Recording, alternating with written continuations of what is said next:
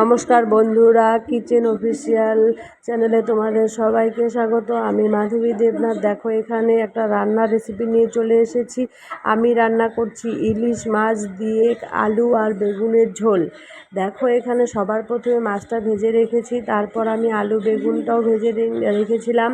তারপর তেল দিয়ে কড়াইয়ে একটু কালো জিরে, দুটো কাঁচা লঙ্কা আর একটু পেঁয়াজ দিয়ে ফোড়ন দিয়ে তারপর মশলাটা দিয়ে দিয়েছি। মশলা দেওয়ার পর একটু কষিয়ে নিলাম। মশলার মধ্যে ছিল কাঁচা লঙ্কা, জিরে আর পেঁয়াজ বাটা একটু দিয়ে কষিয়ে তারপর আলু বেগুনটা দিয়ে আর একটু কষিয়ে নিচ্ছি। ভালো করে কষিয়ে নেওয়ার পর এখন আমি ঝোলটা দিয়ে দিলাম। দেখো, ঝোলটা দেওয়া হয়ে গেছে, ঝোলটা ফুটেও গেছে। এখন আমি মাছটা দিয়ে দিলাম।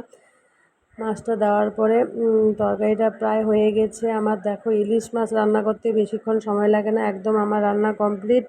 দেখো কেমন হয়েছে, সবাই জানিও কেমন লাগলো ভিডিওটা। আশা করি সবার ভালো লাগবে।